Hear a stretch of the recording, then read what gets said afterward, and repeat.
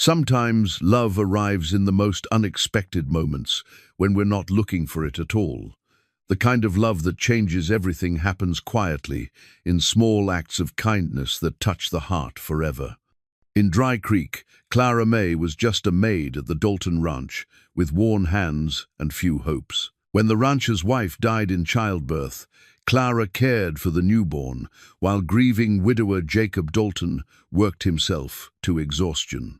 On a cold winter night, with no crib and the fire almost dead, Clara did what any loving heart would do. She lay on the hard floor and held the baby close to keep him warm. When Jacob came home early from his cattle drive, he found them sleeping there together. His son was safe in the arms of a woman who had given more love than Jacob could manage. That simple moment changed both their lives. But can a poor maid and a wealthy rancher find true love in the harsh frontier? Before we jump back in, tell us where you're tuning in from, and if this story touches you, make sure you're subscribed, because tomorrow I've saved something extra special for you. The morning sun cast long shadows across the dusty main street of Dry Creek, painting the weathered storefronts in shades of gold and amber. It was a town that had grown up around hope and hardship in equal measure, where cattle drives brought brief prosperity and harsh winters tested every soul's endurance.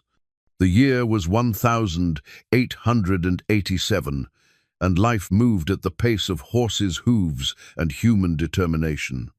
At the edge of town, where the prairie stretched endlessly toward distant mountains, stood the Dalton Ranch, the largest spread in 3 counties. The main house, built from local stone and timber, commanded a view of rolling pastures dotted with cattle that moved like dark clouds across the grassland. It was a sight that spoke of success, earned through sweat and perseverance, of a man who had carved prosperity from an unforgiving land. Clara May Winters had arrived at the Dalton Ranch 2 years ago on a wagon driven by desperation more than choice. At 24, she had already worked in half a dozen households across Kansas and Colorado, following rumors of employment from one frontier town to the next. Her parents had died when she was barely 12, victims of the typhoid epidemic that swept through their settlement like a prairie fire. The minister's wife, Mrs. Patterson, had taken Clara in and taught her to read and write, to appreciate poetry and proper grammar. But when the Pattersons moved east, Clara found herself alone with nothing but calloused hands, a quick mind, and the determination to survive. The Dalton Ranch had been different from the start. Margaret Dalton, the lady of the house, had been kind where others had been indifferent. She spoke to Clara with genuine interest, asked about her thoughts on the books she glimpsed Clara reading by candlelight. Margaret had been raised in Boston society before love brought her west to marry Jacob Dalton, and she appreciated Clara's hidden education in a way that made Clara feel less alone in the world. Jacob Dalton himself had been a different matter entirely. At 32, he stood tall and broad-shouldered, with sun-weathered skin and eyes the color of storm clouds. He was a man who spoke with quiet authority, who could gentle a wild horse with patient hands, or command respect from the roughest cowboys with a single glance. Clara had watched him from a respectful distance, admiring the way he treated his workers fairly, how he never raised his voice in anger, but somehow made every word carry weight.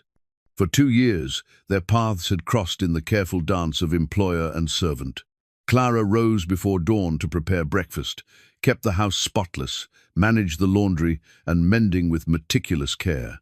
Jacob nodded his thanks when she served his meals, complimented her cooking to Margaret, treated Clara with the distant courtesy due a valued employee.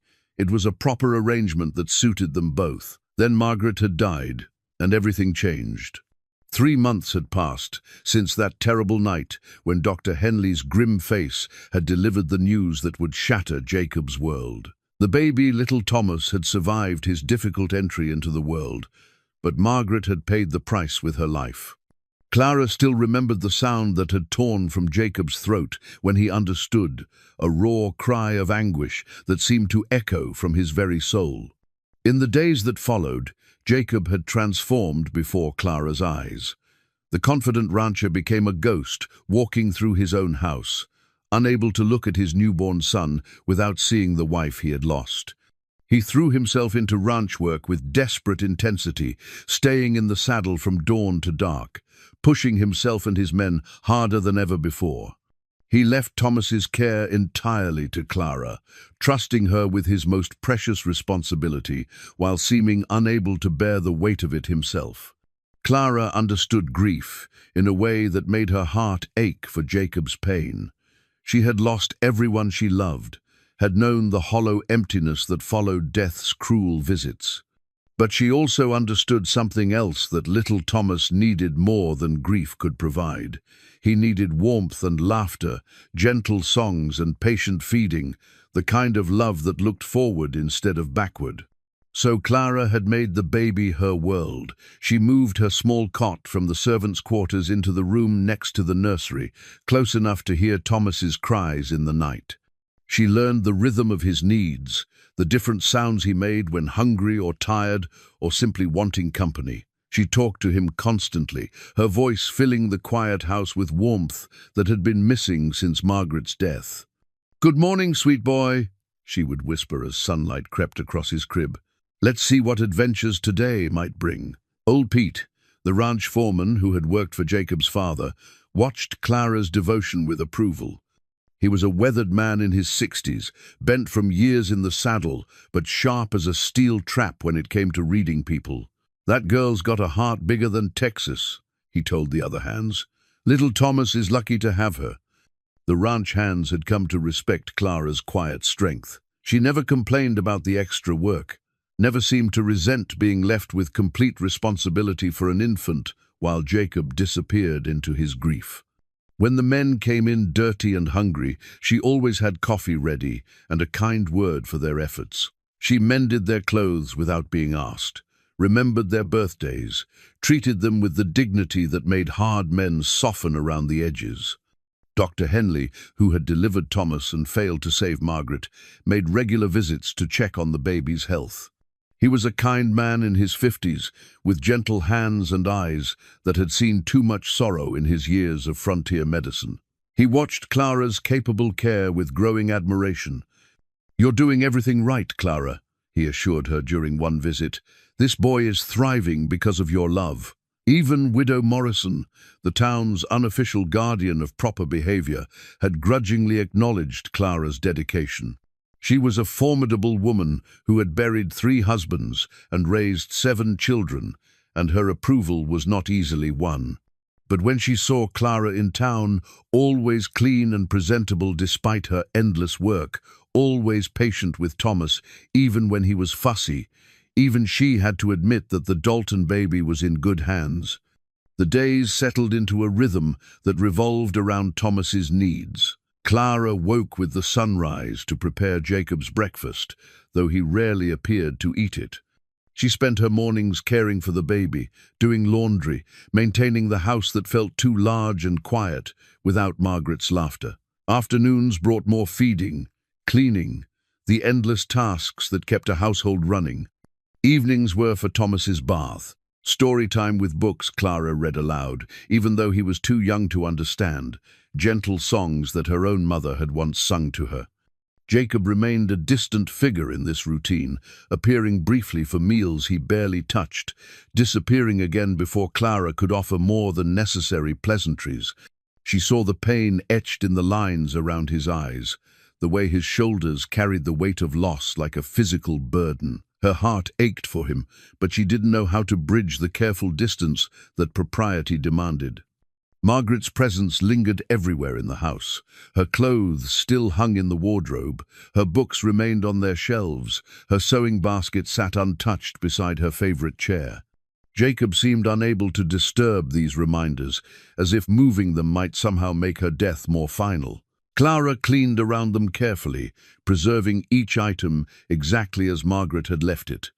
The hardest moments came at night, when Thomas cried, and Clara soothed him in the rocking chair Margaret had used.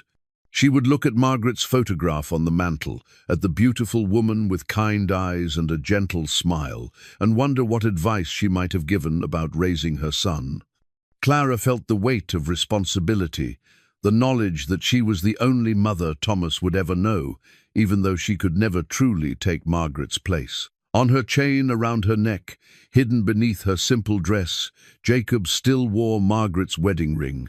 Clara had glimpsed it once when he leaned over the baby's crib, the gold band catching the lamplight like a promise he couldn't break. It was a reminder of the love he had lost, the life that death had stolen, the future that would never unfold as planned. But life had a way of moving forward whether hearts were ready or not. Thomas grew stronger each day, his eyes focusing more clearly on Clara's face, his tiny hands reaching for her fingers. He was beginning to smile. Real smiles that lit up his whole face and made Clara's heart overflow with love. He was Jacob's son in every line of his features, but he was becoming Clara's boy through the countless hours of care she lavished upon him. The house that had once echoed with Margaret's cultured voice and Jacob's quiet laughter now resonated with different sounds.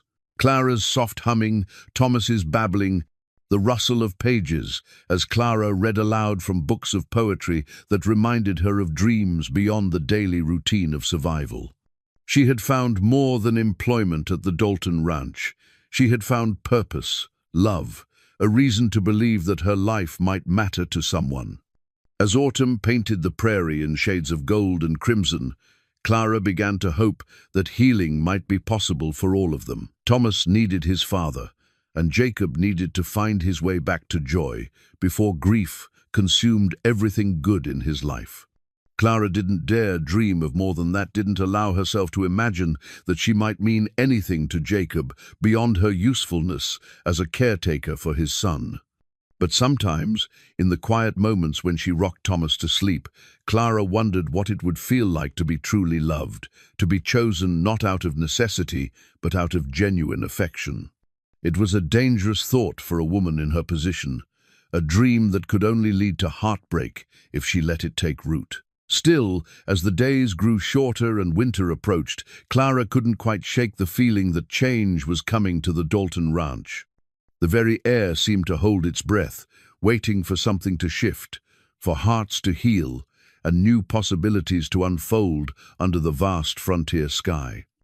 The morning started like any other, with Clara humming softly as she prepared Thomas's bath in the kitchen. October had brought a crisp edge to the air that made the house feel cozy and warm, especially with the aroma of fresh bread rising and coffee brewing on the stove.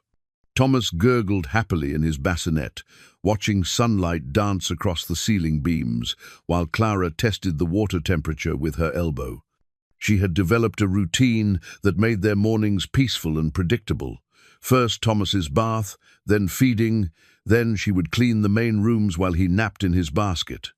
Today, she planned to dust the parlor thoroughly, including Margaret's collection of delicate figurines on the mantelpiece, the beautiful porcelain shepherdess, the crystal swan, and Thomas's silver rattle that had been in the Dalton family for 3 generations. The rattle was Thomas's favorite toy, though at 4 months old he could barely grasp it properly. Margaret had told Clara the story behind it, how Jacob's grandfather had commissioned it from a silversmith in Denver when Jacob's father was born. How it had been blessed by a priest and passed down as a symbol of the family's prosperity and continuity. It was an exquisite piece, engraved with tiny lambs and musical notes, heavy with the weight of silver and tradition. Clara lifted Thomas from his bath, wrapping him in the soft towel she had warmed by the stove. He was growing so fast, his arms and legs becoming chubby and strong, his personality beginning to emerge in the way he studied faces and responded to voices. She dressed him in the little blue gown that Margaret had sewn before her death, marveling at the tiny stitches that spoke of a mother's love. "There's my handsome boy," Clara murmured, kissing his forehead. "Shall we make the parlor beautiful for your papa? Perhaps today he'll have time to hold you properly." She settled Thomas in his basket and gathered her cleaning supplies, the soft cloths, the bottle of vinegar water. the careful attention to detail that had earned her a reputation for excellence in every household where she had worked. The parlor was Margaret's domain, filled with her books and needlework, her piano that no one had touched since her death, her careful arrangements of flowers that Clara now maintained with loving precision. Clara began with the piano, polishing the mahogany surface until it gleamed. She could remember Margaret playing in the evenings, her fingers dancing across the keys, while Jacob sat nearby with his account books, stealing glances at his wife with the kind of love that made Clara's heart ache with longing. The music had filled the house with joy that seemed as distant now as a half-remembered dream. She moved on to the bookshelves, careful not to disturb Margaret's careful organization. Poetry volumes stood beside household management guides, romance novels next to agricultural journals that Margaret had read to better understand Jacob's work. Clara had borrowed several books over the past 2 years, with Margaret's enthusiastic permission, and reading had become one of her greatest pleasures. The mantelpiece required the most delicate attention. Each figurine had its place, its meaning, its connection to Margaret's life and dreams. Clara handled them with the reverence due to sacred objects, understanding that they represented more than mere decoration. They were anchors to a life cut tragically short. The silver rattle sat in a place of honor next to Margaret's photograph. Clara lifted it carefully, feeling the familiar weight in her palm. Thomas had been fussing earlier, and she thought perhaps the gentle sound would soothe him while she finished her work. She gave it a soft shake, smiling at the sweet musical tone it produced. That was when disaster struck. Perhaps her hands were still slightly damp from Thomas's bath. Perhaps the morning light had made the silver surface more slippery than usual. Perhaps it was simply one of those moments when fate decides to test a person's strength. Whatever the cause, the rattle slipped from Clara's grasp like quicksilver. She watched in horror as it fell, her hands reaching out uselessly to catch what was already lost. The beautiful rattle struck the edge of the marble hearth with a sound that seemed to echo through the house like a gunshot. Silver scattered across the floor. In pieces, the handle bent at an impossible angle, the delicate engravings damaged beyond repair, the musical mechanism broken and silent.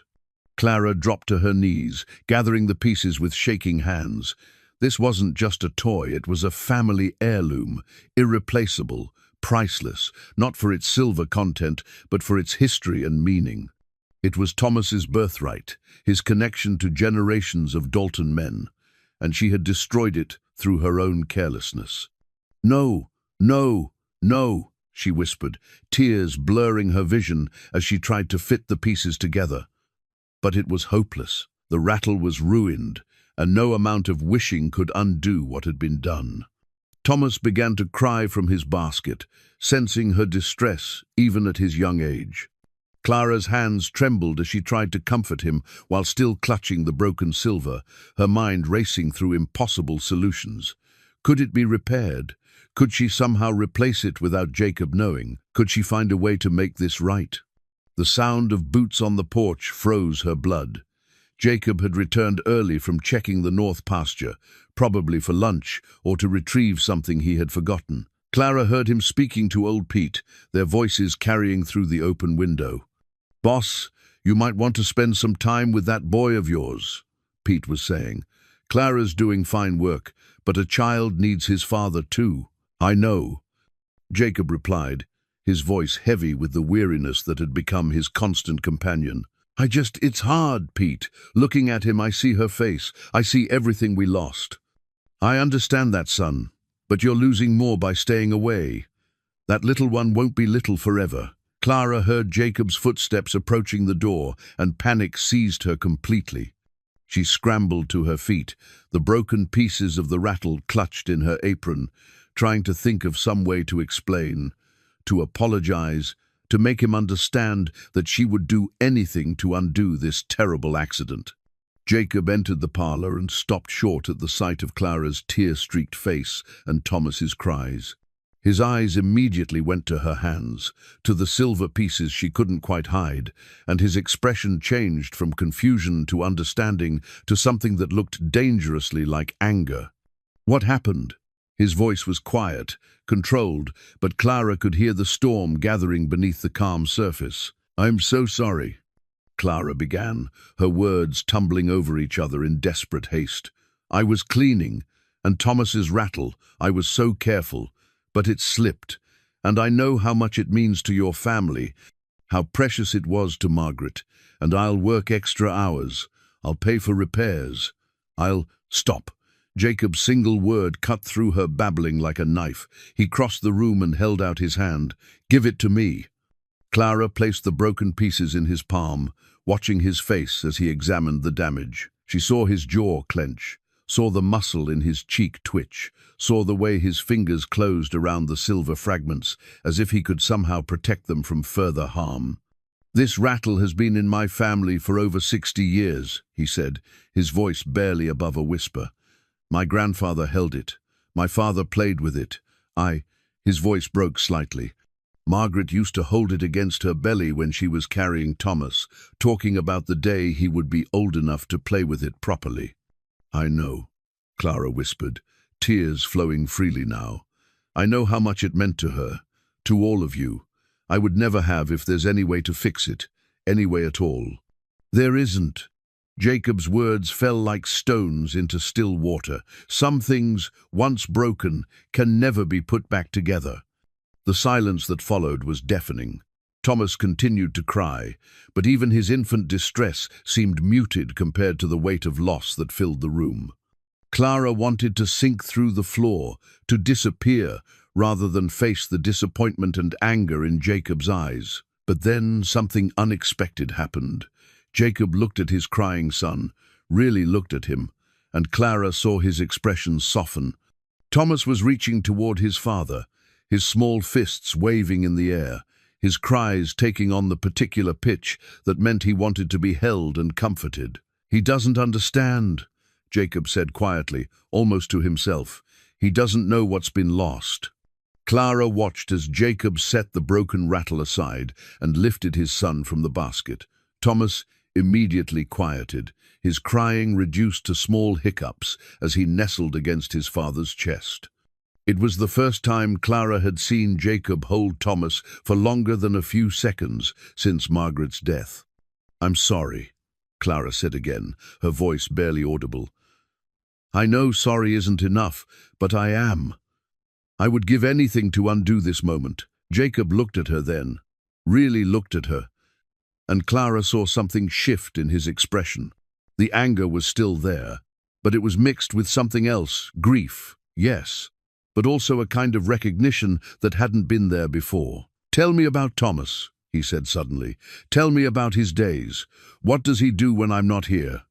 Clara was so surprised by the question that she almost forgot to answer. He likes the sunlight in the kitchen in the morning. He watches the dust motes dance in the air. He laughs when I sing to him, especially the lullaby my mother used to sing to me. He's starting to reach for things, and he turns his head when he hears your voice on the porch." "He knows my voice?" "Of course he does. You're his papa. He listens for you every evening, looks toward the door when he hears you coming." Jacob was quiet for a long moment, studying his son's face with an intensity Clara had never seen before. "I haven't been much of a father to him, have I?" "You've been grieving," Clara said gently. "Margaret would understand that. But Thomas needs you too. He needs to know his father's love, not just mine." "Yours?" The word hung in the air between them, loaded with implications Clara hadn't intended to voice. She felt heat rise in her cheeks as she realized what she had revealed, that her care for Thomas went far beyond duty, that somewhere in the long nights and quiet days she had come to love this child as if he were her own. "I mean," she began, but Jacob held up his hand. "I know what you meant," he said softly, "and I'm grateful for it, more grateful than you know."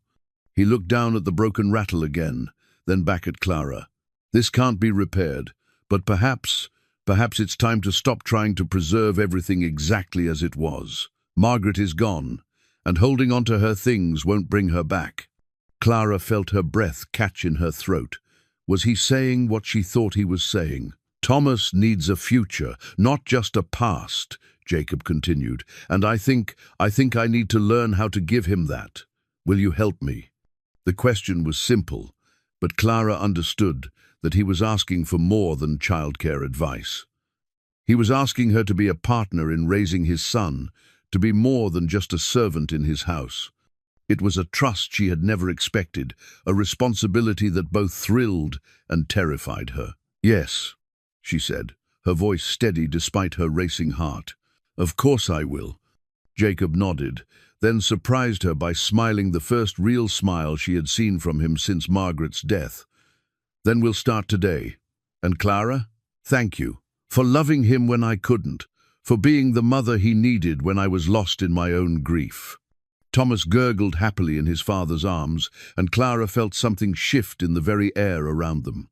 The broken rattle lay forgotten on the mantel, its destruction marking the end of one chapter and the beginning of something new, something that neither of them had expected but both desperately needed. The accident had broken more than silver. It had broken through the careful walls that grief and propriety had built between them, opening a door to possibilities that Clara had never dared to imagine. The change began slowly, like sunrise creeping across the prairie, barely noticeable at first, then gradually transforming everything it touched. In the days following the broken rattle incident, Jacob started spending more time in the house, ostensibly to check on Thomas, but lingering longer than necessary to watch Clara's gentle ministrations to his son. At first, Clara felt self-conscious under his scrutiny. She had grown accustomed to caring for Thomas in private, developing her own routines and methods without oversight. Now Jacob observed everything: how she tested the temperature of Thomas's milk on her wrist, the way she supported his head during feeding, the soft songs she hummed while changing his clothes. "You're very good with him," Jacob said one morning, standing in the kitchen doorway while Clara prepared Thomas's bath. "Better than I ever was. You just need practice," Clara replied, lifting the baby from his basket. "Would you like to help with his bath today?" Jacob hesitated, uncertainty flickering across his features. "I don't want to hurt him.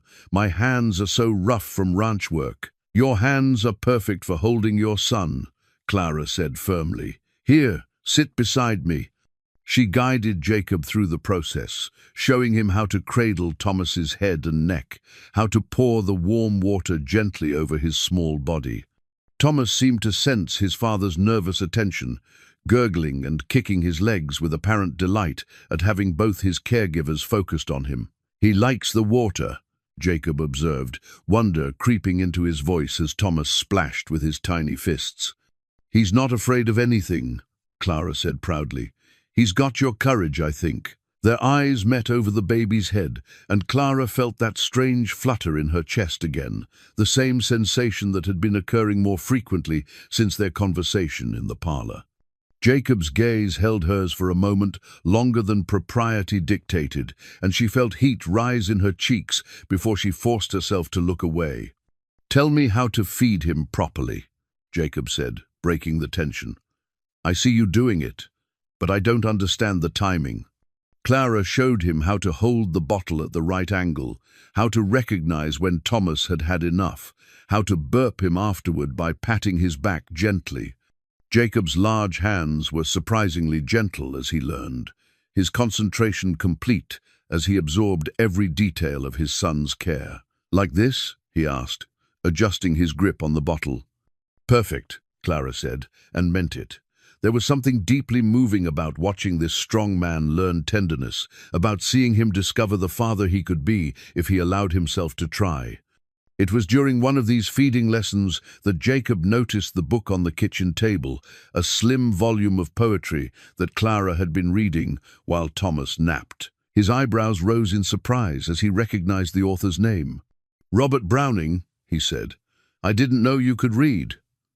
Clara felt the familiar burn of embarrassment that came whenever her education was discovered. Most employers preferred their servants ignorant, easier to manage and less likely to develop ideas above their station. Mrs. Patterson, the minister's wife, who took me in after my parents died. She taught me, Clara explained, keeping her voice steady. She said knowledge was a gift that no one could take away, no matter what circumstances might bring. She was a wise woman, Jacob said, surprising Clara with his approval. What do you think of Browning? I find his love poems beautiful, though sometimes sad, Clara replied carefully. The way he writes about devotion, about seeing the beloved's soul through their eyes, it makes love seem like something sacred. Jacob was quiet for a moment, his attention seemingly focused on Thomas's feeding. But Clara caught the thoughtful expression on his face, the way he seemed to be considering her words. Margaret loved poetry too, he said finally. She used to read to me in the evenings, especially when she was carrying Thomas. She said it would be good for him to hear beautiful words even before he was born. She was right, Clara said softly. I've been reading to him too. Perhaps that's why he's such a contented baby.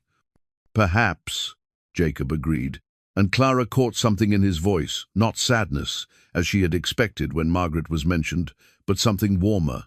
Gratitude, maybe, or approval. That evening, after Jacob had returned from his ranch work, he appeared in the kitchen while Clara was preparing supper. It had become his new habit, these informal visits that stretched longer each day. How was Thomas today? He asked, the question that had become their ritual greeting. Wonderful, Clara replied, stirring the pot of stew that filled the kitchen with savory aromas. He rolled from his back to his side for the first time. I think he'll be crawling before we know it. Did he really? Jacob's face lit up with pride and regret. I wish I had seen it. There will be other firsts, Clara assured him. Many of them. He's just beginning to discover what he can do. Jacob moved closer to the stove, ostensibly to check on Thomas in his basket, but actually, Clara suspected, to be nearer to her. The kitchen felt smaller, with his presence filling it, more intimate than the formal dining room, where their previous interactions had been limited to serving meals and brief acknowledgements. Clara, Jacob said, his voice hesitant, may I ask you something personal? Of course, she replied, though her heart began beating faster. Why did you never marry? A woman with your qualities, your kindness, your intelligence, surely you had opportunities. Clara's hands stilled on the wooden spoon as she considered how to answer. The truth was complicated, involving years of moving from place to place, of being seen as useful but not marriageable by the men she encountered. Her lack of family connections, her position as a servant, her refusal to settle for marriages that offered security without respect, all of these had contributed to her unmarried state. I suppose I never met anyone who saw me as more than a convenience, she said finally. Marriage should be a partnership between equals, don't you think? Not just an arrangement for managing a household. Yes, Jacob said quietly, it should be. Margaret and I, we were partners in everything. I made the business decisions, but I valued her counsel. She made our house a home, but she also understood the ranch, cared about its success. She sounds like a remarkable woman. She was. But Clara, Jacob paused, seeming to choose his words carefully. I'm beginning to understand that Thomas needs more than just memories of his mother. He needs someone who can be present for all his tomorrows, not just someone honoring his mother's yesterday. Clara felt her breath catch. Was he suggesting what she thought he was suggesting? Or was she reading meanings into his words that weren't really there? He's very lucky to have you for a father, she said carefully, and I'm honored to help care for him for as long as you need me. What if I need you for more than just Thomas's care? Jacob asked, his voice so low she almost didn't hear him. Before Clara could respond, Thomas began to fuss, demanding attention that broke the spell of their conversation. Jacob lifted his son from the basket with movements that were becoming more confident each day, and Clara watched the two of them together, father and son, beginning to form the bond that grief had delayed. He's getting hungry again, Clara observed, grateful for the distraction that allowed her racing heart to slow. Then I'll feed him, Jacob said, reaching for the bottle Clara had prepared earlier. If you'll supervise to make sure I don't make any mistakes. "You won't," Clara said, and realized she meant it completely. Jacob was learning to be the father Thomas needed, and Thomas was helping Jacob find his way back to being the man he was meant to be. But as Clara watched them together, she couldn't shake the feeling that they were all balanced on the edge of something larger than any of them, understood a future that might hold possibilities none of them had dared to imagine. The morning Jacob placed his father's pocket watch in Clara's hands, she understood that something fundamental had shifted between them. The watch was a beautiful piece, gold with intricate engravings, its face worn smooth by 3 generations of Dalton men who had carried it in their vest pockets.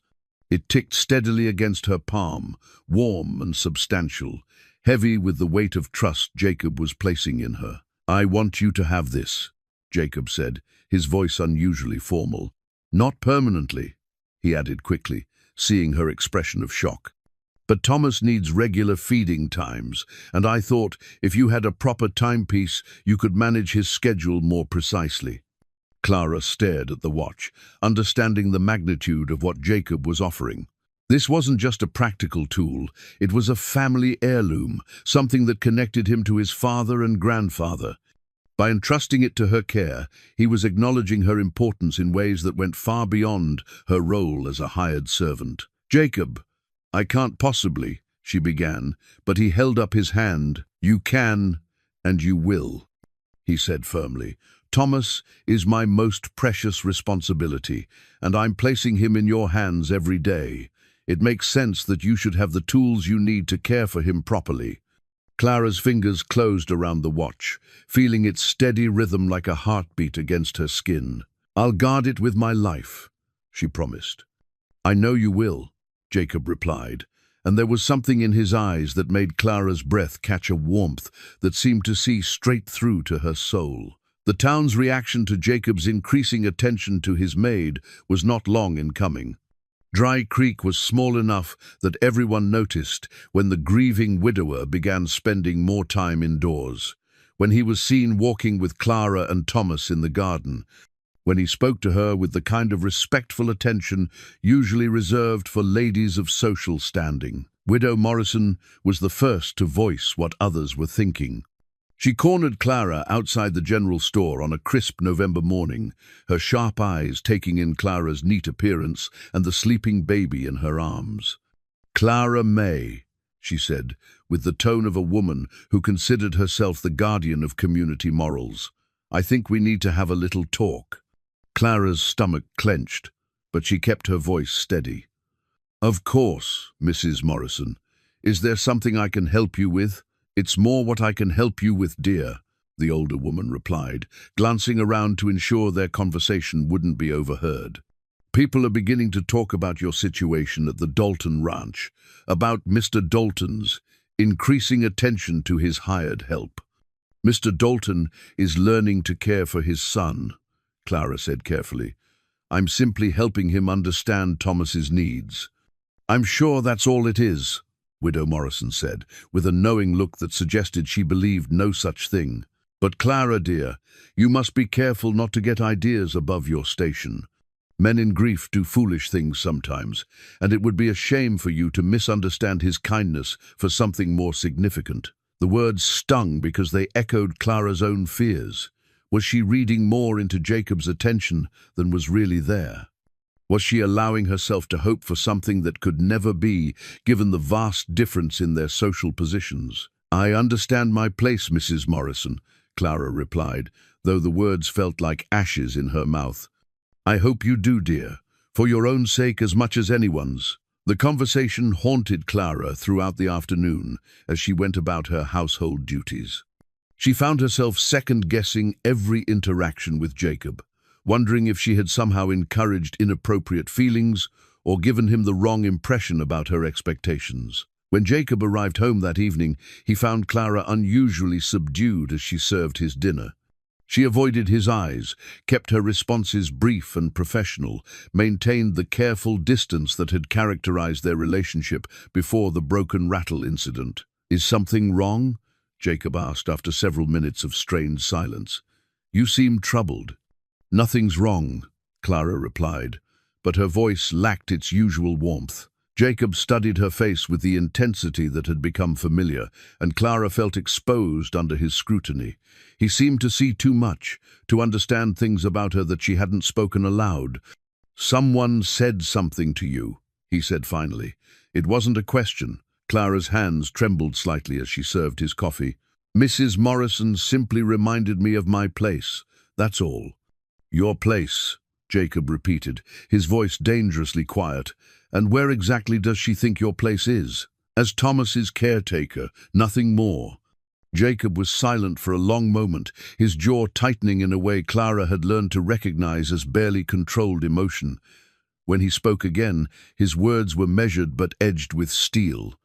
"Let me be clear about something, Clara. Your place in this house is whatever I decide it is, not what Widow Morrison or anyone else in town thinks appropriate. You are not just Thomas's caretaker. You are the woman who has shown my son more love and devotion than he has any right to expect. You are intelligent, capable, and worthy of respect from anyone in this community." Clara felt tears prick at her eyes, overwhelmed by the fierce defense in his voice. "Jacob. Furthermore," he continued, "if Mrs. Morrison or anyone else questions your position here, you may tell them that you have my complete confidence and support. Is that understood?" "Yes," Clara whispered, her heart hammering against her ribs. "Good." Jacob's expression softened. "Now, will you please stop treating me like a stranger? I've grown accustomed to our conversations, and I miss them when you withdraw into formality." Clara nodded, feeling the tight knot of anxiety in her chest begin to loosen. But Jacob's defense of her position only made her more confused about his intentions. His words suggested she meant more to him than just an employee, but she didn't dare assume what that might mean. The evening progressed with their usual routine, Thomas's feeding, bath time, and the quiet hour when they sat together in the parlor, while the baby played on a blanket between them. But there was a new tension in the air, an awareness of unspoken possibilities that made every casual touch feel significant. When thunder rumbled overhead and rain began pattering against the windows, Jacob made no move to leave for his own room, as he usually did. Instead, he settled more comfortably in his chair and watched Clara reading to Thomas from a book of nursery rhymes. "You have a beautiful voice," he said during a pause in her reading. "Thomas is lucky to hear it every day." "Thank you," Clara replied, feeling heat rise in her cheeks. "Clara," Jacob said, his voice taking on the serious tone that always made her pulse quicken. "I want to ask you something, and I hope you'll give me an honest answer." She nodded, not trusting her voice. "Are you happy here? Truly happy, not just content with your situation?" The question surprised her with its directness. Clara considered her answer carefully, knowing that her words might influence decisions that would affect all their futures. "I am happier here than I have ever been anywhere," she said finally. "This feels like home in a way no place ever has before. Even though you're working as a servant?" "I'm not just a servant," Clara said, echoing his earlier words. "I'm part of Thomas's life, part of what makes this house a home. That means more to me than any title or social position ever could." Jacob leaned forward in his chair, his eyes intense. "What if I told you that you could be more than part of Thomas's life? What if you could be—" But his words were cut off by a sharp crack of thunder that seemed to shake the entire house. Thomas startled and began to cry, and the moment was broken as both adults rushed to comfort him. As Clara lifted the frightened baby into her arms, she caught Jacob's eye over Thomas's head. Something passed between them, a promise, a possibility, a future that was taking shape despite all the obstacles in their path.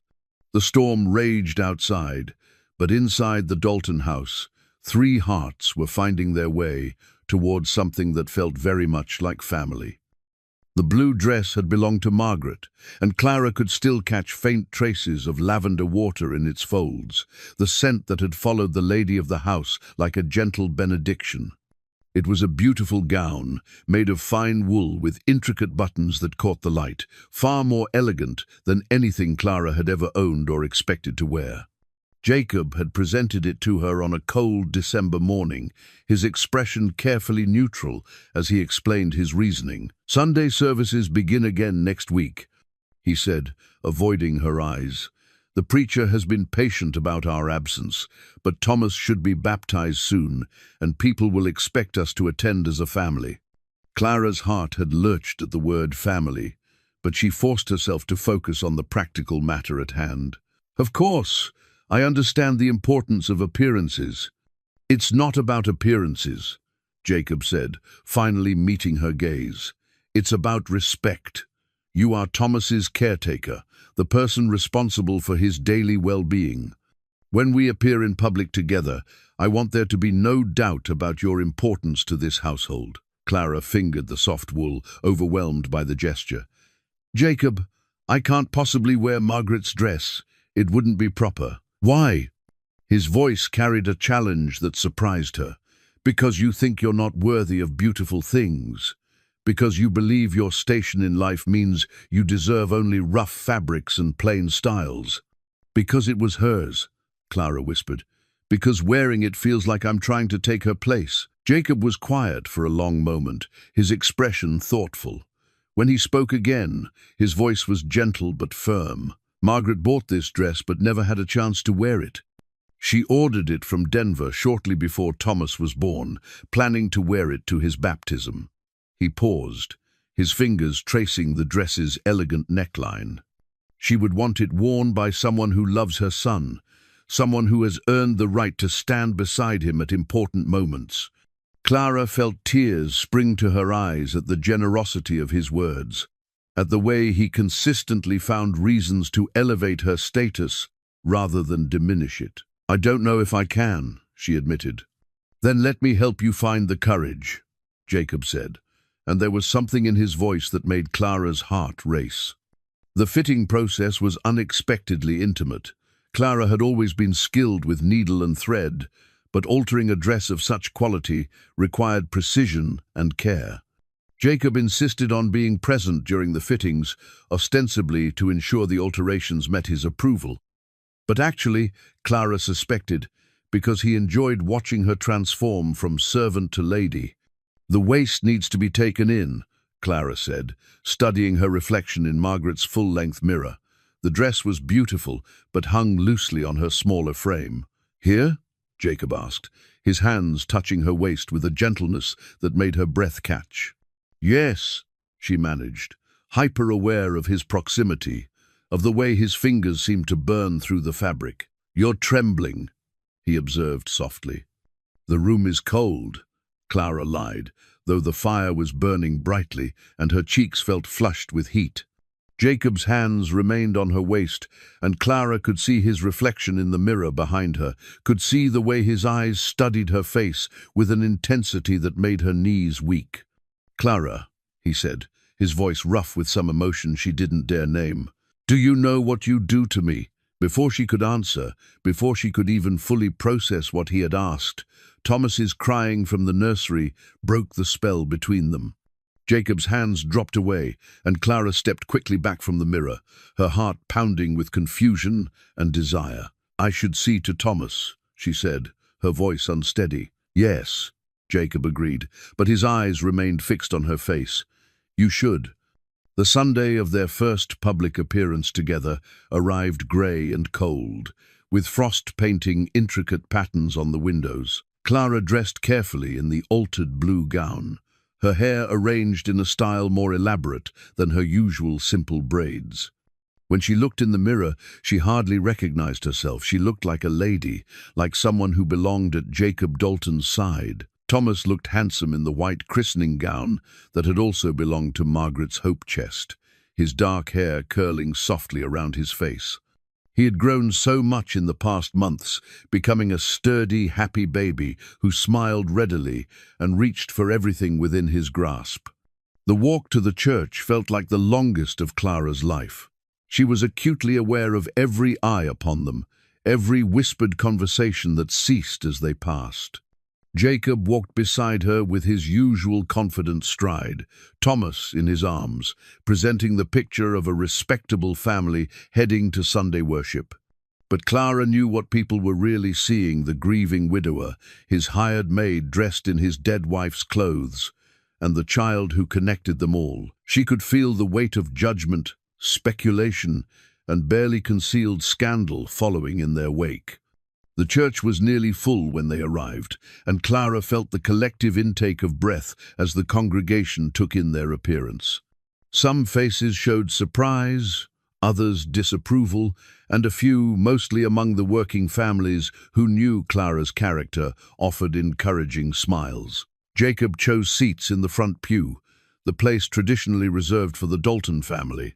Clara hesitated, knowing that sitting there would make a statement about her position that the entire town would witness and discuss. "After you," Jacob said quietly, his hand at the small of her back guiding her forward. Clara slid into the pew, acutely aware of the rustling whispers behind them. Thomas gurgled happily in Jacob's arms, oblivious to the social drama his presence was creating. The service proceeded with unusual intensity, as if everyone in attendance was holding their breath, waiting for some revelation.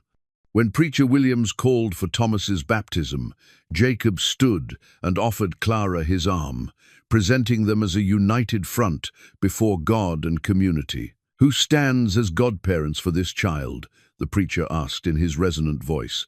"I stand as his father," Jacob replied clearly. "And Clara Winters stands as his guardian." The word guardian was carefully chosen, Clara realized. Not mother, which would have caused scandal, not servant, which would have diminished her importance. Guardian suggested protection, care, and permanent commitment without crossing social boundaries too boldly. As the holy water touched Thomas's forehead and he let out an indignant wail, Clara felt tears stream down her cheeks. She was witnessing more than a baptism. She was being acknowledged as part of this child's life in the most public way possible. After the service, the congregation filed out slowly, many pausing to offer congratulations on Thomas's baptism while shooting curious glances at Clara. Some of the wealthier ranch wives were coolly polite, their smiles not quite reaching their eyes. But old Pete approached with genuine warmth, shaking Jacob's hand and tipping his hat respectfully to Clara. "That's a fine boy you're raising there, ma'am," he told Clara. "Lucky to have such a devoted mother figure." "Thank you, Pete," Clara replied, her voice thick with emotion. As they walked home, Thomas sleeping peacefully in Jacob's arms, Clara felt the weight of what had just occurred. They had presented themselves as a family unit, had claimed their place in the community together. There would be talk, speculation, judgment, but there would also be acceptance from those who mattered. "You were magnificent," Jacob said suddenly, breaking the comfortable silence of their walk. "I was terrified," Clara admitted, "but you did it anyway. That's what makes you magnificent." Clara felt her heart soar at his praise, at the pride in his voice when he spoke of her. Whatever challenges lay ahead, whatever obstacles they would face, she knew that this moment had changed everything between them. They were no longer employer and servant, no longer two people sharing space out of necessity. They were something new, something undefined but precious, a family finding its way toward love under the vast frontier sky. The locket had been Clara's most treasured possession for 12 years. Hidden beneath her dress where no one could see it, close to her heart where it belonged. It was small and delicate, made of gold that had tarnished with age, but still caught the lamplight with warm gleams.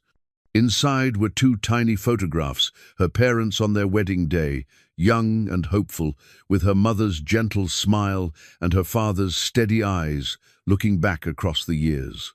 Clara had never shown it to anyone. It was too precious, too painful, too private to share. But on the January evening when Jacob found her crying softly over Thomas's crib, something broke open inside her chest, and the words spilled out like water from a broken dam. "He looks so much like his mama when he sleeps," she whispered, touching Thomas's soft cheek with one finger. "Sometimes it takes my breath away. How beautiful he is." Jacob had come to find her after noticing she hadn't appeared for dinner. And he stood now, in the doorway of the nursery, watching her with that intense expression that always made her feel seen in ways that both thrilled and terrified her. "Clara," he said softly, "what's wrong? You've been distant all day." She hadn't meant to tell him, hadn't planned to share the grief that had risen up unexpectedly when she looked at Thomas and saw not just Jacob's son, but every child she would never have, every family she would never create. But Jacob's gentle voice and patient presence drew the truth from her, like warmth coaxing shoots from frozen ground. "Today marks 12 years since my parents died," she said, her fingers unconsciously going to the chain around her neck. "I usually manage the anniversary better, but seeing Thomas growing so fast, becoming more himself every day, it made me think about all the things my parents never got to see me become." Jacob stepped into the room, his movements careful and quiet, so as not to wake the sleeping baby. "Tell me about them." Clara's breath caught. No one had ever asked her that before, not in all the years since their deaths. People expressed condolences, offered practical assistance, but no one had wanted to hear about who her parents had been when they were alive. "I have their picture," she said, her hand still touching the hidden locket. Would you like to see it?" Jacob nodded, and Clara's trembling fingers worked at the delicate clasp. When the locket finally opened in her palm, she held it toward the lamplight so Jacob could see the tiny faces preserved behind glass. "They were so young," Jacob said softly, studying the photographs with the respect he might show sacred objects. "You have your mother's eyes." "And my father's stubborn chin," Clara said with a watery laugh. "At least, that's what Mama used to say, when I wouldn't give up on something I wanted. Tell me more." So Clara did. Sitting beside Thomas's crib with Jacob in the chair across from her, she spoke of things she had kept locked away for years. She told him about her father's blacksmith shop, how he would let her work the bellows and watch him shape iron into useful things. She described her mother's garden, the way she could make anything grow, how she taught Clara to read using seed packets and agricultural newspapers before they could afford proper books. "They loved each other so much," Clara said, her thumb tracing the worn gold of the locket. "Even when times were hard, when the crops failed or people couldn't pay Papa for his work, they never seemed to doubt that they belonged together. Mama used to say that love wasn't something that happened to you, it was something you chose to do every single day." "She was a wise woman," Jacob said, and Clara caught something in his voice that made her look up from the photographs. "She was. They both were. They taught me that family isn't just about blood, it's about choosing to love someone no matter what comes, about being willing to sacrifice for their happiness." Jacob was quiet for a long moment, his eyes moving between Clara's face and the sleeping baby. "Is that what you've done here? Chosen to love Thomas regardless of whether it was your obligation?" Clara felt heat rise in her cheeks, but she met his gaze steadily. "Yes. From the first night I held him, I knew I would do anything to keep him safe and happy. He's not my son by birth, but he's mine by choice, by love, by every sleepless night and every smile he's given me." "And what about me?" Jacob asked, his voice so quiet Clara almost didn't hear him. "Have you chosen to care about what happens to me too?" The question hung between them like a bridge. Clara wasn't sure she had the courage to cross. But looking at Jacob's face in the lamplight, seeing the vulnerability he was trying to hide behind his careful words, she found strength she didn't know she possessed. "Yes," she whispered, "I have." Jacob leaned forward in his chair, close enough that Clara could see the flecks of gold in his grey eyes, close enough that she could feel the warmth radiating from his body. "Clara," he said, her name like a prayer on his lips, "I need to tell you something, and I hope I pray that you'll understand what I'm trying to say." She waited, her heart hammering so hard she was sure he must be able to hear it. "I loved Margaret," he continued. "I loved her completely, and I thought that kind of love came only once in a lifetime. But you, what I feel for you, it's different, but just as real. You've brought light back into this house, given Thomas a mother's love when I was too broken to be the father he needed. But more than that, you've reminded me what it feels like to be alive again. Clara's breath caught as Jacob reached out and took her hands in his larger ones, his thumb brushing across her knuckles with infinite gentleness. "I don't deserve your love," he said. "I'm older than you, set in my ways, carrying the weight of another woman's memory. But if you could find it in your heart to care for a grieving widower and his son, if you could see past the obstacles and social complications to what we might build together." He didn't finish the sentence, but Clara understood what he was asking. Her parents smiled up at her from the locket in her lap, and she could almost hear her mother's voice saying that love was a choice you made every day. "Jacob," she said, her voice stronger than she felt, "I already love you. I have for months, though I was afraid to admit it even to myself." The smile that spread across Jacob's face was like sunrise breaking over the prairie. "You do?" "I do. You're a good man, a loving father, and you've shown me kindness when you had every reason to be distant. How could I not love you?" Jacob's hands tightened on hers, and Clara saw tears gathering in his eyes. "Clara, But before he could finish his thought, before either of them could fully process what they had just confessed, Jacob leaned forward and kissed her. It was gentle at first, tentative, as if he wasn't sure she would welcome his touch. But when Clara's lips responded to his, when her free hand came up to touch his cheek, the kiss deepened into something that spoke of longing held too long in check, of love finally finding its voice. When they finally broke apart, both breathing hard, Jacob rested his forehead against hers. "I love you, Clara Winters," he whispered. "I love your strength and your gentleness, your intelligence and your compassion. I love the way you care for Thomas, the way you've made this house a home again. I love you, and I want to spend the rest of my life proving myself worthy of that gift." Clara's locket lay forgotten in her lap as she lost herself in Jacob's eyes, in the promise she saw there, in the future that suddenly seemed possible, despite all the obstacles in their path. "I love you too," she whispered back, "more than I ever thought I could love anyone." Outside the nursery window, snow began to fall in gentle flakes that caught the lamplight like stars. Inside, Thomas slept peacefully, while two hearts that had found each other, despite grief and social barriers and the careful distance that propriety demanded, finally admitted what had been growing between them all along. Love had come quietly to the Dalton ranch, as softly as snowfall, as surely as spring following winter, as lasting as the promises whispered in the glow of lamplight over a sleeping child's crib. Clara had been organizing Margaret's belongings for weeks, a task that Jacob had finally felt ready to undertake, now that spring was painting the prairie in shades of green and gold. It was emotional work, handling the clothes and personal items of a woman who had been so vibrant, so full of plans for the future that death had stolen away. But Jacob seemed to find peace in the process, especially with Clara's gentle presence, making each decision feel less like abandonment and more like honoring Margaret's memory. They had been working through Margaret's escritoire when Clara's fingers brushed against something unexpected, a slight bulge in what had appeared to be a solid back panel. Further investigation revealed a small hidden compartment, the kind of secret space that fine furniture sometimes contained for valuable papers or private correspondence. "Jacob," Clara called softly, her heart racing with the strange feeling that they were about to discover something significant. "There's something here." Jacob looked up from the jewelry box he had been examining, his expression curious as he joined Clara beside the desk. "What did you find?" "A hidden compartment," Clara explained, showing him how the panel slid aside to reveal a small space within.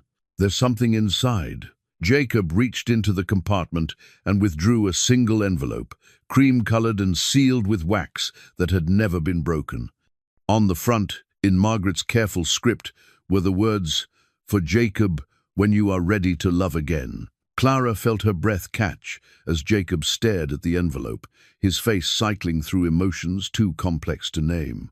His hands trembled slightly as he turned the letter over, seeing the unbroken seal that meant Margaret had written this, knowing he might not find it for months or even years. She knew. Jacob whispered, his voice filled with wonder and pain in equal measure. Somehow, she knew there would come a time when I might need her guidance about moving forward. Clara's heart clenched with a mixture of anticipation and fear. What could Margaret have written that required such secrecy? What wisdom had she wanted to share with her husband about the possibility of future love? "Do you want me to leave you alone to read it?" Clara asked quietly, though the thought of not knowing what the letter contained felt almost unbearable. "No," Jacob said firmly, surprising her. "Whatever Margaret wrote, it affects both of us now. I want you here when I read it." With careful fingers, Jacob broke the wax seal and unfolded the letter. Margaret's handwriting flowed across the pages in the elegant script that had been her pride, each word chosen with the deliberation of someone who knew her time was limited. Jacob read silently at first, his expression growing more amazed with each line. Finally, he looked up at Clara, tears streaming down his cheeks. "She wrote this during her final weeks, when she knew the birth would be dangerous," he said, his voice thick with emotion. "Clara, I need to read this to you. I need you to hear her words." Clara nodded, settling beside him on the small sofa near the window, Thomas playing contentedly on a blanket at their feet. Jacob cleared his throat and began to read. "My dearest Jacob, if you are reading this letter, then I am gone, and you have found the strength to begin thinking about your future without me. I pray that sufficient time has passed for the sharpest edge of grief to have dulled, and that you are ready to hear what I need to tell you about love and life and the choices that lie before you. First, you must know that I do not write this in despair or with any bitterness about what fate has decreed for us. I have loved you completely, and I have been loved completely in return. Not every woman is blessed with such happiness, even for a short time. Our love has been a gift that I treasure, and I hope you will treasure it too, without letting it become a prison that prevents you from living fully. Jacob, you have so much love to give, so much life ahead of you. Thomas will need a father who embraces joy as well as responsibility, who can show him that love is worth the risk of loss. I cannot bear the thought of you living in shadows for the rest of your days, honoring my memory by refusing to let your heart heal. There is something specific I must tell you, something I observed during my final months that I believe you did not see. Clara Winters is more than the excellent servant we hired to help with household duties.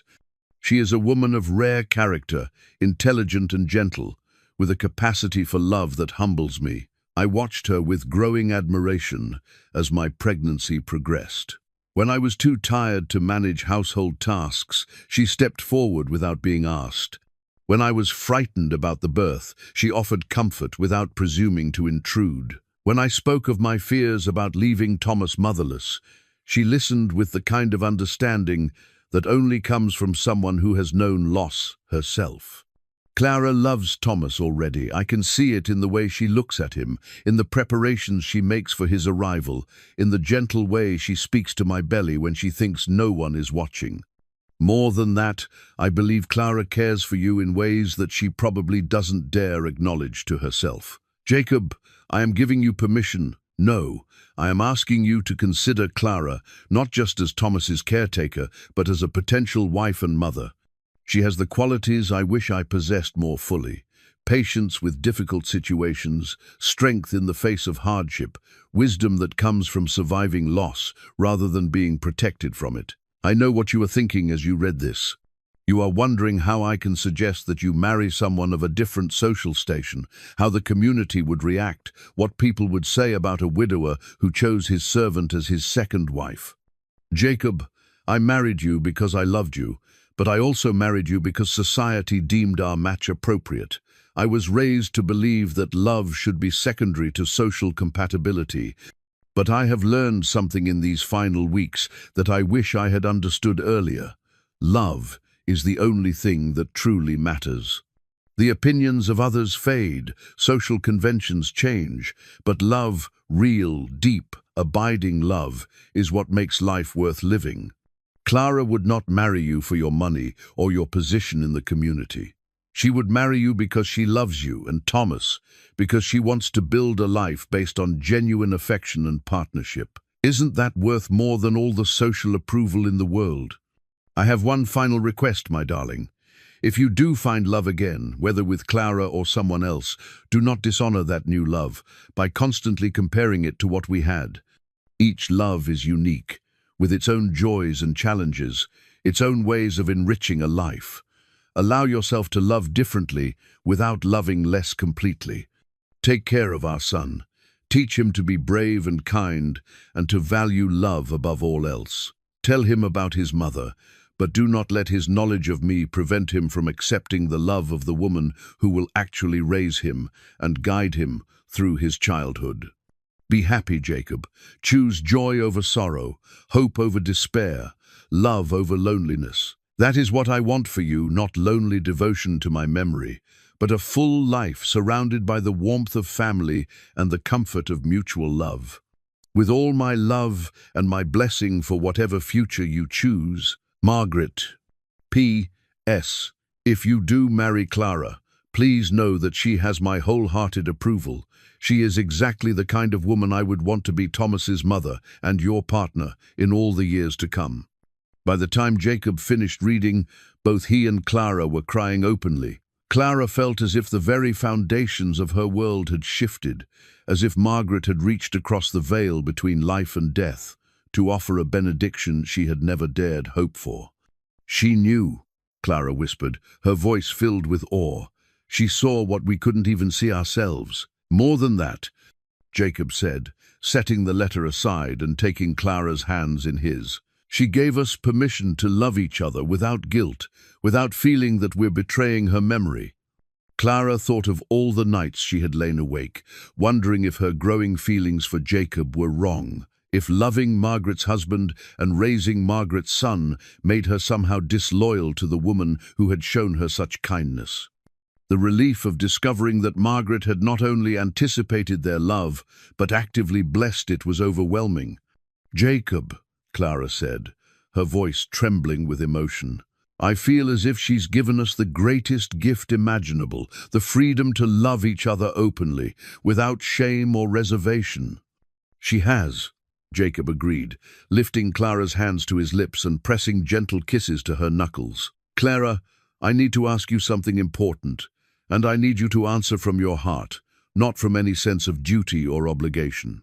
Clara nodded, her pulse racing as she sensed the magnitude of whatever question he was preparing to ask. "Will you marry me?" Jacob said, his voice steady despite the emotion in his eyes. "Not because Thomas needs a mother, not because I need help managing the household, but because I love you completely and want to spend the rest of my life proving myself worthy of the love you've given me and my son." Clara felt her heart soar as she looked into Jacob's beloved face, as she thought of Margaret's letter and the blessing it contained, as she considered the future that was suddenly opening before them like a door to paradise. "Yes," she whispered, then said it again more strongly. "Yes, Jacob Dalton, I will marry you. I will love you and Thomas for all the days of my life."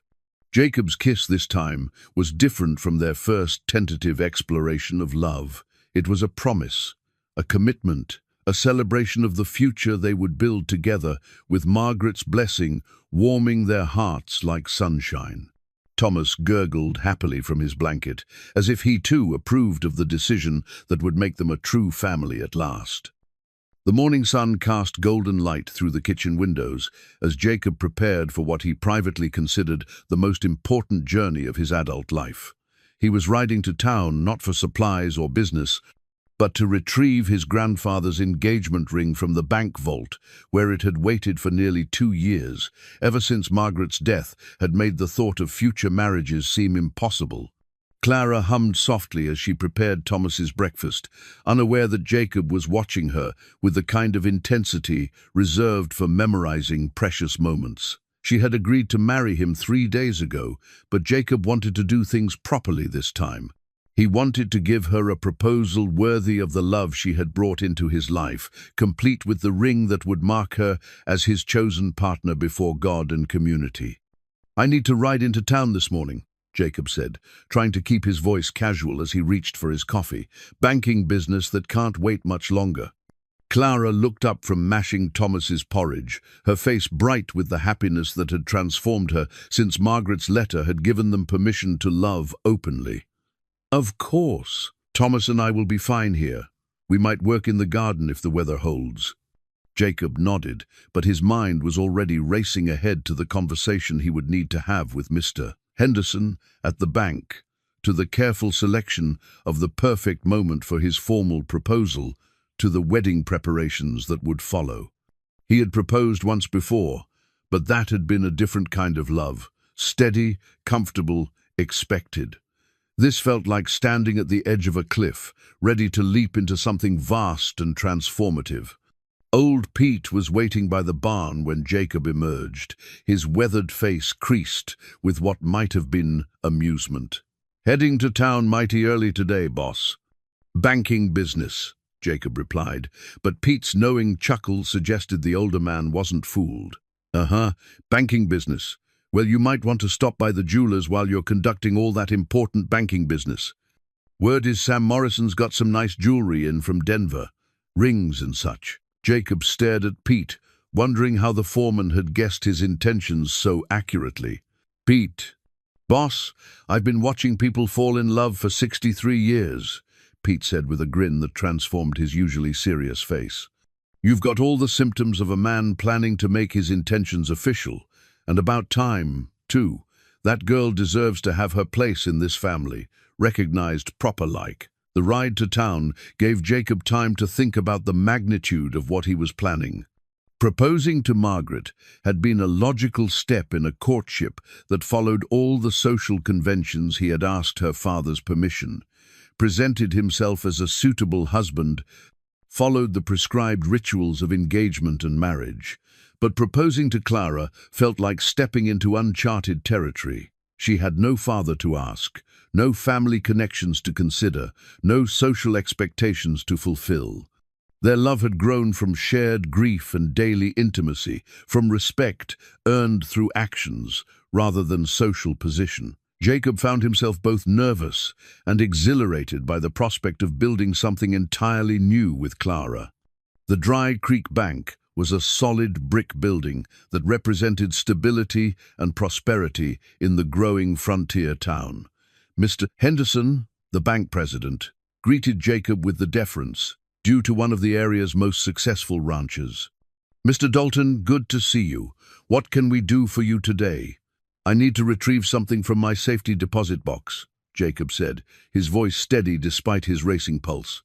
"My grandfather's ring." Mr. Henderson's eyebrows rose slightly, but he was too professional to comment on Jacob's personal business. "Of course, right this way." The ring was exactly as Jacob remembered it, a beautiful solitaire diamond set in gold, with intricate engravings around the band that spoke of craftsmanship from an earlier era. His grandfather had commissioned it for his grandmother in 1832, and it had been waiting in the Dalton family for the right woman to wear it again. As Jacob slipped the ring into his vest pocket, he felt the weight of family tradition and personal hope combining in ways that made his chest tight with emotion. Clara would be the third woman to wear this ring, but she would bring something to the Dalton name that neither of the previous wives had possessed: the ability to love without reservation, to find joy despite hardship, to make a family from the fragments of loss and longing. Back at the ranch, Clara was indeed working in the garden, Thomas playing happily on a blanket in the shade, while she tended to the vegetables that would feed them through the coming year. Jacob watched from the porch for several minutes, struck by how naturally she had claimed this space, how completely she belonged in the life they were building together. "How was town?" Clara asked when she noticed him watching, her face flushed with exertion and contentment. "Productive," Jacob replied, his hand unconsciously touching the ring in his pocket. "Very productive." The afternoon passed with unusual tenderness, as Jacob found himself paying attention to every detail of their shared routine. He watched Clara feed Thomas his lunch, marveling at her patience when the baby fussed over new foods. He observed her gentle efficiency as she managed household tasks, that kept their lives running smoothly. He listened to her read aloud from poetry books, her voice lending beauty to words that became more meaningful when she spoke them. But it was during Thomas's afternoon milestone that Jacob knew the moment for his proposal had arrived. They were sitting together on the parlor floor, encouraging Thomas to practice the crawling motions he had recently mastered, when the baby suddenly pushed himself up on his chubby arms and took his first real steps. 1, 2, 3 tottering movements before he tumbled into Clara's waiting arms, both of them laughing with delight at his accomplishment. "Jacob, did you see? He walked! He actually walked!" Clara's face was radiant with pride and joy, her arms wrapped protectively around Thomas as he babbled with satisfaction at his achievement. "I saw," Jacob said softly, his heart overflowing with love for both of them. "Our son took his first steps." The words slipped out naturally, but Clara's breath caught at the possessive pronoun. "Our son." "Yes," Jacob said, rising from the floor and extending his hand to help Clara up. "Our son, our family, our future. Clara, there's something I need to ask you, something I've been planning since the moment you agreed to marry me." Clara's eyes widened as Jacob dropped to one knee beside her, pulling his grandfather's ring from his pocket. The diamond caught the afternoon light streaming through the windows, sending tiny rainbows dancing across the walls. "Clara Winters," Jacob said, his voice strong and clear despite the emotion threatening to overwhelm him. "You came into my life when I thought I had nothing left to give, when grief had made me forget what it meant to hope for happiness. You loved my son when I was too broken to be the father he needed. You brought light back into this house, laughter back into my days, and purpose back into my heart." Clara's free hand flew to her mouth, tears already streaming down her cheeks as she realized what was happening. "I love you with a depth and completeness that amazes me every day," Jacob continued. "I want to wake up beside you for the rest of my life, to face whatever challenges come our way as true partners, to build a family that honors both the past we've survived and the future we're choosing together." He held up the ring, letting its significance settle between them. "This ring belonged to my grandmother and my mother. Now I want it to belong to you, as a symbol of the commitment I'm making to love, honor, and cherish you for all the days of our lives." Thomas gurgled happily in Clara's arms, reaching for the sparkling diamond with typical infant fascination, but Clara only had eyes for Jacob's face. "Clara," Jacob said, his voice dropping to a whisper, "will you do me the honor of becoming my wife, Thomas's mother, and my partner in everything life brings us?" "Yes," Clara breathed, her voice thick with tears of joy. "Yes, Jacob, with all my heart." Jacob slipped the ring onto Clara's finger, marveling at how perfectly it fit, how right it looked on her hand. When he rose to kiss her, Thomas clapped his hands with delight, as if he understood that something wonderful was happening. The engagement ring sparkled on Clara's finger as she wrapped her arms around Jacob's neck, and for a moment all three of them were caught in a perfect embrace that spoke of love found, family formed, and promises made under the blessing of an endless sky. Old Pete chose that moment to knock on the door, ostensibly to discuss ranch business, but actually, Jacob suspected, to offer his congratulations on the engagement the entire ranch had been expecting. When Clara opened the door with her left hand prominently displayed and her face glowing with happiness, Pete's weathered features creased into the widest smile Jacob had ever seen. "Well, I'll be," Pete said with satisfaction. "Looks like there's going to be a wedding at the Dalton Ranch. About time, too." "Pete," Clara said, her voice warm with affection for the old cowboy who had supported their relationship from the beginning. "We'd be honored if you would stand up with us at the ceremony. Wouldn't miss it for the world, ma'am. This ranch has been waiting for a proper lady to make it a home again." As evening settled over the prairie, Jacob stood on the porch with his arm around his fiancée, watching the sun paint the sky in shades of gold and crimson. Thomas slept peacefully in Clara's arms, the engagement ring catching the last light of day, and Jacob felt a contentment so profound it seemed to reach into his very soul. Tomorrow would bring wedding preparations, community reactions, and all the practical details of joining two lives into one. But tonight, there was only the peace of love acknowledged, commitment given, and family completed under the vast frontier sky that had witnessed their journey from grief to joy, from loneliness to love, from two broken people to one united family, ready to face whatever tomorrow might bring. The fire in the hearth cast dancing shadows across the parlor walls as Jacob and Clara sat together on the settee, Thomas sleeping peacefully in his father's arms.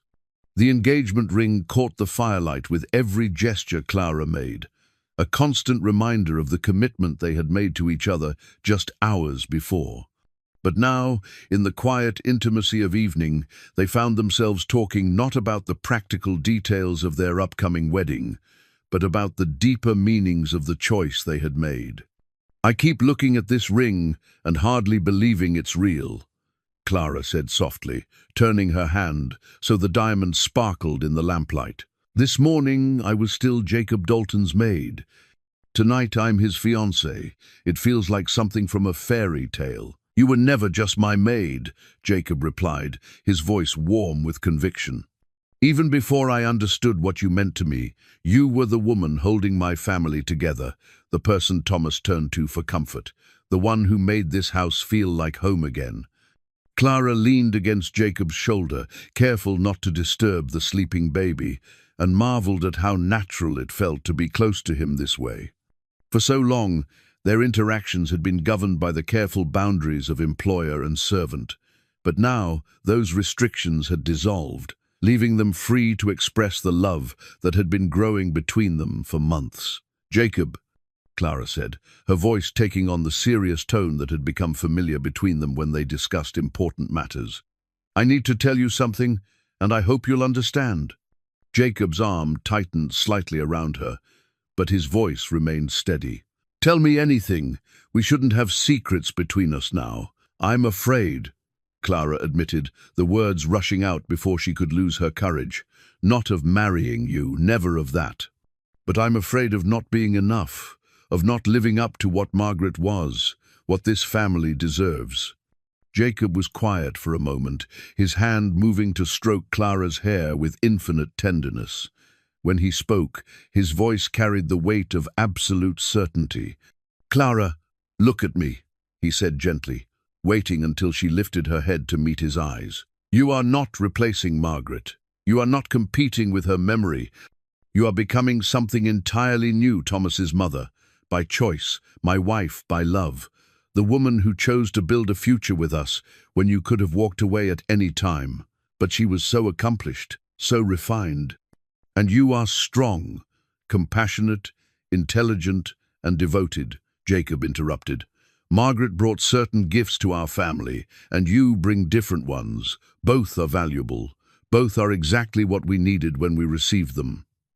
Clara felt tears prick at her eyes, moved by Jacob's ability to honor his past while embracing their future. "I want to be worthy of the trust you're placing in me. You already are," Jacob said firmly. "You've been proving your worth every day for months. The way you care for Thomas, the way you've brought joy back into this house, the way you've helped me remember how to be happy again. These aren't tasks you've performed as an employee, Clara. They're expressions of the love that makes you perfect for this family." Clara turned in Jacob's arms so she could see his face fully, needing to read the truth in his eyes. "When we're married, when I become Mrs. Dalton, people will judge every decision I make, every word I speak. They'll be watching to see if the former maid can truly become the lady of the house. Let them watch," Jacob said, his voice carrying a hint of steel. "Let them judge. You have nothing to prove to anyone except yourself. And Clara, you've already proven everything that matters to me." Thomas stirred in his sleep, making the small sounds that indicated he would wake soon and want his evening feeding. Jacob looked down at his son with the expression of wonder that still appeared whenever he contemplated the miracle of fatherhood. "He'll never remember a time when you weren't his mother," Jacob said softly. "To him, you'll always have been the one who sang him to sleep, who kissed away his tears, who celebrated his first steps and first words. That's a gift beyond measure. I love him so much it frightens me sometimes, Clara confessed. What if something happens to him? What if I'm not vigilant enough, not careful enough? That fear means you're already a true mother, Jacob replied. Love and worry go hand in hand when it comes to children. Margaret felt the same way when she was carrying him, terrified that something would go wrong, that she wouldn't be able to protect him from all the dangers in the world. Clara nodded, understanding that maternal anxiety was a burden shared by all women who loved children, regardless of whether they had given birth to them. Jacob, she said, her voice growing stronger as she voiced the commitment that filled her heart, I promise you that I will love Thomas as if I had carried him myself. I will guide him, protect him, teach him to be a good man like his father. And I will love you with everything in me, through whatever challenges life brings us. And I promise you, Jacob replied, lifting her hand to his lips and kissing the engagement ring that marked her as his chosen bride, that I will spend every day of our marriage proving myself worthy of the love you've given us. I will honor you as my equal partner, respect your wisdom, and never let you doubt that you are exactly the wife I want, the mother Thomas needs, the woman I choose above all others. Their kiss was soft and sweet, full of promises and dreams, while Thomas slept peacefully between them, three hearts already bound together as a family, waiting only for the ceremony that would make their love official in the eyes of God and community. The oak tree that had witnessed 3 generations of Dalton family moments stood in perfect spring glory, its branches heavy with new leaves that filtered the morning sunlight into patterns of gold and green. Clara had chosen this spot for their wedding ceremony, not just because of its natural beauty, but because it represented the kind of enduring strength she hoped their marriage would possess.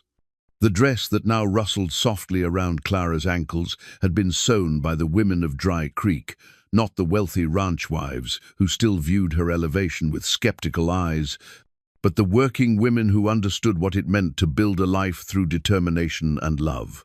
Mrs. Henderson from the general store had contributed the ivory silk, while the blacksmith's wife had crafted the delicate pearl buttons. Even Widow Morrison had offered fine lace from her own wedding dress, her earlier disapproval transformed into grudging respect for Clara's character. "You look beautiful," said Sarah Mills, the young woman who had volunteered to serve as Clara's attendant. Sarah worked at the hotel and understood the challenges of earning respect through service rather than inheritance. "Like you belong exactly where you are."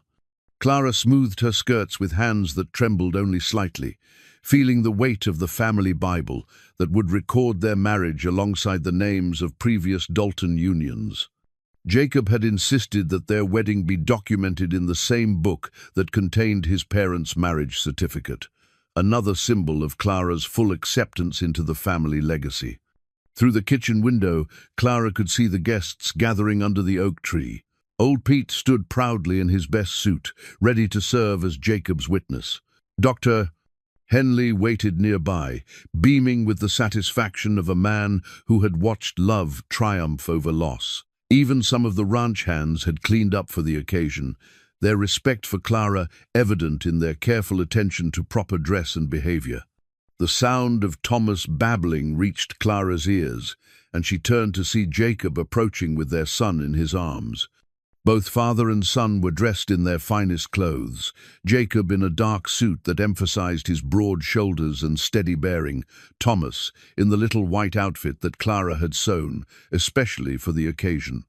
"Are you ready?" Jacob asked, his eyes holding all the love and promise that Clara had grown to depend upon. "I've been ready for months," Clara replied, taking Jacob's offered arm while reaching out to stroke Thomas's cheek. "I've been ready since the night you found us sleeping on the floor and realized we belonged together." They walked together toward the oak tree, not in the traditional procession of bride following groom, but as equals choosing to join their lives before the community that would support or challenge them in the years ahead. Preacher Williams waited beneath the spreading branches, his weathered face creased with the kind of joy that came from witnessing love overcome obstacles. "Dearly beloved," the preacher began, his voice carrying easily across the gathered crowd. We are assembled here in the presence of God to join Jacob Dalton and Clara Winters in the bonds of holy matrimony, an honorable estate instituted by God and signifying the mystical union between Christ and his church. Clara felt Jacob's hand tighten on hers as the familiar words washed over them, but her attention was caught by the faces of their guests. She saw approval in old Pete's weathered features, affection in Dr. Henley's kind eyes, and something that might have been envy in the expressions of some of the younger, unmarried women who understood that Clara had found something precious. "Jacob," Preacher Williams continued, "do you take Clara to be your lawfully wedded wife, to have and to hold in sickness and in health, for richer or poorer, for better or worse, forsaking all others as long as you both shall live?" "I do," Jacob said, his voice strong and clear, carrying across the prairie wind. "With all my heart, I do. Clara, do you take Jacob to be your lawfully wedded husband, to have and to hold in sickness and in health, for richer or poorer, for better or worse, forsaking all others as long as you both shall live?" Clara looked into Jacob's eyes, seeing not just the man she was marrying, but the future they would build together, the challenges they would face as partners, the love that would sustain them through whatever trials lay ahead. "I do," she said, her voice steady despite the emotion that threatened to overwhelm her. "I choose you, Jacob Dalton, today and always." The exchange of rings was simple but profound. Jacob slipped a gold wedding band beside Clara's engagement ring, while she placed a matching band on his finger, the first ring he had worn since removing Margaret's wedding ring from the chain around his neck. "By the power vested in me by the territory of Colorado and Almighty God," Preacher Williams declared, "I now pronounce you husband and wife. Jacob, you may kiss your bride." The kiss that sealed their marriage was gentle but deep, full of promises and dreams, witnessed by the community that would hold them accountable to the vows they had just spoken. When they finally separated, both were crying, and Thomas chose that moment to reach for Clara with the kind of trust that spoke of unconditional love. "Ladies and gentlemen," Preacher Williams announced with satisfaction, "I present to you Mr. and Mrs. Jacob Dalton and their son, Thomas." The applause that followed was warm and genuine, led by old Pete's enthusiastic cheering, and joined by voices that represented acceptance, hard-won, and respect, honestly earned. Clara was no longer the maid who had slept on the floor with her employer's baby. She was Mrs. Jacob Dalton, mother to Thomas, partner in one of the most successful ranches in 3 counties, and living proof that love could indeed conquer the barriers that society erected between hearts meant to be together. 6 months had transformed the Dalton Ranch from a house haunted by grief into a home alive with laughter and love. The summer sun painted the prairie in shades of gold as Clara sat in the rocking chair on the front porch, watching 18-month-old Thomas chase butterflies across the yard with the determined concentration that marked every new adventure in his expanding world. "Mama, Mama, look!" Thomas called out, his vocabulary growing daily as he discovered the joy of sharing his discoveries with the woman who had loved him since his earliest days. Clara's heart still swelled every time he called her Mama, a title she had earned through countless nights of comfort, days of patient teaching, and the kind of unconditional love that made biology irrelevant. To Thomas, she had always been his mother, the one who kissed away his tears, celebrated his achievements, and filled his world with songs and stories. "I see, sweet boy," Clara replied, one hand resting on the gentle curve of her belly where their second child grew. "That's a beautiful butterfly." The news of Clara's pregnancy had brought joy that seemed to echo across the entire ranch. Jacob had been so overwhelmed with happiness that he had lifted Clara off her feet and spun her around the kitchen, both of them laughing until tears streamed down their faces. Even Thomas had seemed to understand that something wonderful was happening, patting Clara's stomach with his small hands and babbling about "baby" with the authority of an almost 2-year-old. Old Pete had been predictably gruff in his congratulations, muttering something about finally and about time. But Clara had caught him whittling a tiny wooden horse for the new baby, his weathered hands crafting the toy with the same careful attention he gave to everything important. The sound of hoofbeats announced Jacob's return from the north pasture, and Clara felt the familiar flutter of happiness that his presence always brought. Even after 6 months of marriage, she sometimes marveled at the freedom to love him openly, to welcome his kisses without shame, to plan their future together as equal partners in all aspects of their life. Jacob dismounted near the porch and climbed the steps with the easy stride of a man content with his world.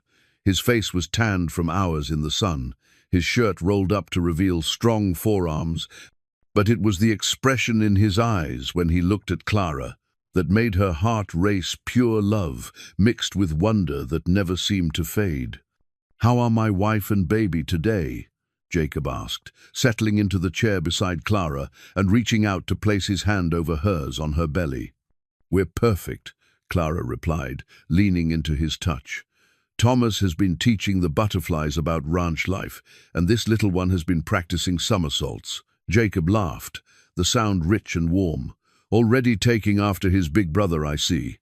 Thomas chose that moment to abandon his butterfly chase and run toward the porch, his chubby legs carrying him as fast as they could manage. "Papa! Papa! Up!"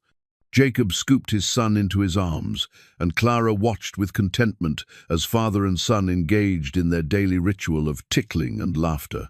The grief that had once consumed Jacob seemed like a distant memory now, replaced by the kind of joy that came from embracing life fully rather than merely surviving it. "There's something I want to show you," Jacob said after Thomas had wiggled free to resume his exploration of the yard. He reached into his shirt pocket and withdrew a folded piece of paper. "Thomas drew this for us today while I was working in the barn." Clara unfolded the paper to reveal a child's crayon, drawing 3 stick figures holding hands under a bright yellow sun. The figures were labeled in Jacob's careful printing: Mama, Papa, and Thomas, with a 4th, smaller figure drawn in Clara's belly area labeled Baby. "He told me it was our family," Jacob explained, his voice thick with emotion. "All of us together, the way we'll always be." Clara felt tears spring to her eyes as she studied the simple drawing that captured something profound about the love they had built together. The child who had once been motherless now had a family complete with parents who cherished him and a sibling on the way. The man who had once been consumed by grief now faced each day with hope and purpose. The woman who had once slept on the floor to keep a baby warm now rested each night in the arms of a husband who valued her above all earthly treasures. "I want to frame this," Clara said, carefully refolding the precious artwork. "I want to keep it forever." "Just like I want to keep this," Jacob replied, gesturing toward the scene around them. Thomas playing in the golden sunlight, Clara glowing with health and happiness, the ranch thriving under their joint care. As evening approached and the sun began its slow descent toward the horizon, Clara found herself thinking about the journey that had brought them to this moment. She remembered the desperate young woman who had arrived at the Dalton Ranch 2 years ago, seeking nothing more than employment and a roof over her head. That woman could never have imagined the life she now lived, the love she had found, the family she had helped create through determination, devotion, and the courage to hope for more than survival. "Clara," Jacob said softly, his voice taking on the serious tone that always preceded his most important thoughts. "Do you ever think about that first night, when I found you and Thomas sleeping on the floor?" "Every day," Clara replied honestly.